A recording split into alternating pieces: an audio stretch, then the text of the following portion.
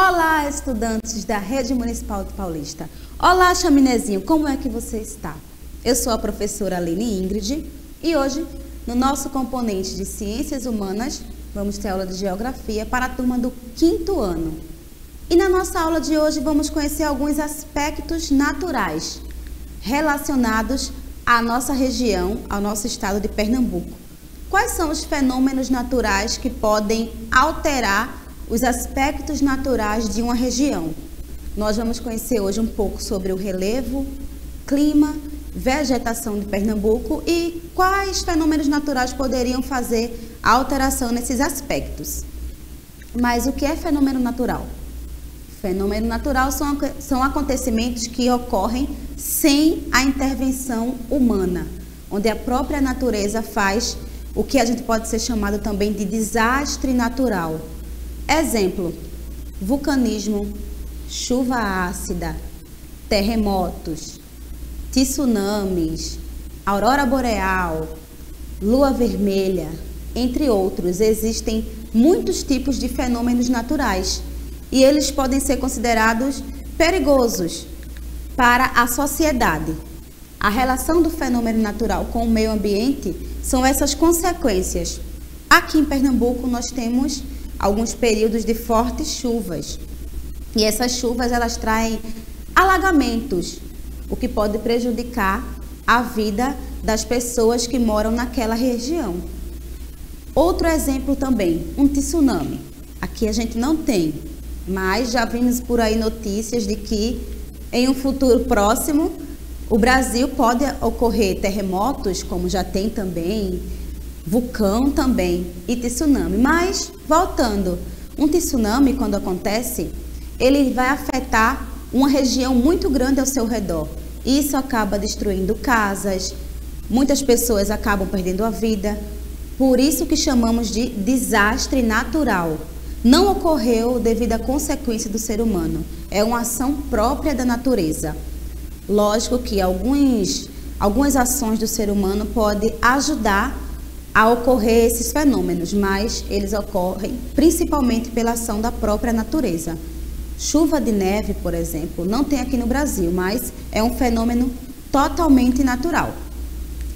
Agora vamos conhecer um pouco dos aspectos de Pernambuco e quais fenômenos poderiam fazer essas alterações. Começando pelo solo. O solo, ele é o mais importante elemento natural. E aqui em Pernambuco nós vamos ter alguns solos predominantes, como o planossolo, luvissolos e neossolos. O solo, ele pode sofrer influência tanto natural, como a chuva, fortes ventos, erosão do solo, erosão marítima também, mas também pode sofrer influência da ação humana, como os asfaltos, construções. E lembrando que o solo, ele é o principal porque dependemos dele para a nossa sobrevivência. Tudo que a gente consome vem do solo. Até os animais precisam do solo para se alimentar. A gente precisa de um solo firme para construir nossas casas. As plantações precisam de um solo bem irrigado, bem nutrido, para poder nos oferecer o melhor dos alimentos. Então, um fenômeno natural que pode alterar o solo são as chuvas, fortes ventos, o que traz a erosão do solo. Agora, o relevo de Pernambuco. O relevo de Pernambuco, ele é baseado em 3 principais tipos de relevos, que são planície, planalto e depressão. A planície litorânea, pois temos aí uma faixa muito grande do litoral, de praias. O planalto, presente na zona da Mata e no agreste pernambucano. E a depressão, presente no sertão pernambucano. Essas 3 imagens que vocês estão vendo correspondem a esses 3 tipos de relevo, tá? E aqui em Pernambuco é marcado pelo aumento da altitude do litoral. A primeira imagem, temos uma planície litorânea, que a palavra já diz, que é do litoral, da área das praias. A segunda imagem, temos aí o planalto, na zona da mata. E a última imagem, a depressão, que é mais presente no sertão. Mas o que poderia alterar o relevo de uma determinada localização? Para ser alterado o relevo, precisa de um fenômeno natural muito grande, que no caso seria o vulcanismo. quando o vulcão entra em erupção, ele acaba expelindo e o solo, o relevo que fica perto dele, é como se ele ficasse solidificado. Por enquanto, aqui em Pernambuco, nós não temos esse risco, apenas em outros países. Mas a alteração do relevo precisa de um forte fenômeno natural, porque o relevo de um determinado local, ele não é uma coisa simples, é uma característica que foi estudada há muitos anos e predomina naquela região. Pernambuco, por ser um estado, ele não vai ter um relevo só. A gente já viu aqui na nossa imagem 3. O relevo do sertão de Pernambuco é diferente do relevo da região metropolitana. Vamos observar agora a vegetação de Pernambuco. Temos 4 tipos principais, que eu também trouxe a imagem para vocês. A primeira são as formações litorâneas, que são os manguezais. Aqui em Paulista nós temos muito de formação litorânea. A segunda temos a floresta tropical, a caatinga e o cerrado. Lembrando que a caatinga ela corresponde a 83% do território de Pernambuco. Outro detalhe, a região metropolitana vai ter um tipo de vegetação. Já o sertão pernambucano também vai ter um tipo diferente. A vegetação da caatinga é diferente da vegetação, por exemplo, de uma formação litorânea. Por quê? Formação litorânea é um lugar mais úmido. As plantas, elas praticamente vivem na água. É um tipo diferente. Já na caatinga são locais mais secos, são plantas que resistem a grandes períodos de secas, grandes períodos sem água. Na imagem você já consegue identificar que a gente vai ter presença de cactos, de plantas mais secas. Na floresta tropical também são flores mais diferentes. E o que é que pode alterar a vegetação de um determinado lugar? Chuva ácida, ela atinge de uma maneira trágica, acaba destruindo o tipo de vegetação, podendo até parar de existir certo tipo de plantas. E tem um detalhe, quanto mais fechado for uma mata, mais vai ficar difícil do sol poder penetrar no solo. A chuva, ao invés de cair diretamente no solo, ela cai diretamente nas folhas, o que modifica também um pouco da vegetação. Então, aqui em Pernambuco, 4 tipos principais. Nossas florestas elas vão ter essas características. Região metropolitana é um lugar que vai ter áreas litorâneas, florestas litorâneas, formações litorâneas. Sertão de Pernambuco, presença de manguezais também na área litorânea, tá? E o sertão de Pernambuco vamos ter caatinga e cerrado. Mesmo estado, vegetações completamente diferentes. E o clima de Pernambuco? Nosso clima é baseado no clima tropical. Somos um estado que tem esse clima bastante quente, diferente de outras regiões do Brasil. E temos também aí uma grande falta de chuva. Tem o período de chuva que traz toda aquela questão do alagamento, das ruas ficarem totalmente interditadas, mas a grande parte de Pernambuco é marcada pela falta de chuva.